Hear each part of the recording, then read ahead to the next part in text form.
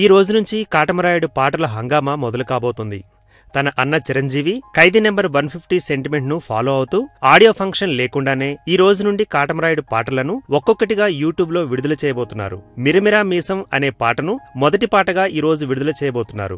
దీంతో తాను ట్రెండ్ ను ఫాలో అవ్వను, ట్రెండ్ ను సెట్ చేస్తాను అని చెప్పే పవన్ ఖైదీ ట్రెండ్ ను ఫాలో అవుతున్నట్లు అయిందని అంటూ పవన్ పై కొందరు కామెంట్ చేస్తున్నారు. ఈ రోజు ఆడియో సాంగ్ ఇలా విడుదలైన వెంటనే Katamarayudu unit Europe tour plan చేసింది.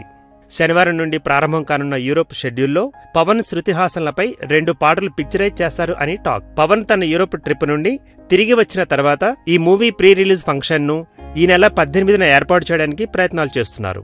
మొదట్లో ఈ ఫంక్షన్ ను విజయవాడలో కానీ లేదా విశాఖపట్నంలో కానీ అభిమానుల మధ్య అత్యంత భారీగా ఏర్పాటు చేయాలని భావించినా ఆ ఆలోచనను పవన్ తిరస్కరించినట్లు టాక్.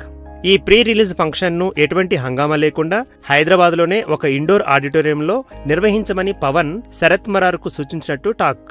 దీనికి కారణం కోస్తా జిల్లాల్లో పవన్ ఫంక్షన్స్ అంటే విపరీతంగా జనం వస్తున్న నేపథ్యంలో ఆ జనం తాకిడికి మళ్లీ ఏమైనా దురదృష్టకర సంఘటనలు జరిగి పవన్ అభిమానులకు ఎటువంటి సమస్యలు వాటిల్లకుండా ఉండేందుకు పవన్ నిర్ణయం తీసుకున్నట్టు తెలుస్తోంది.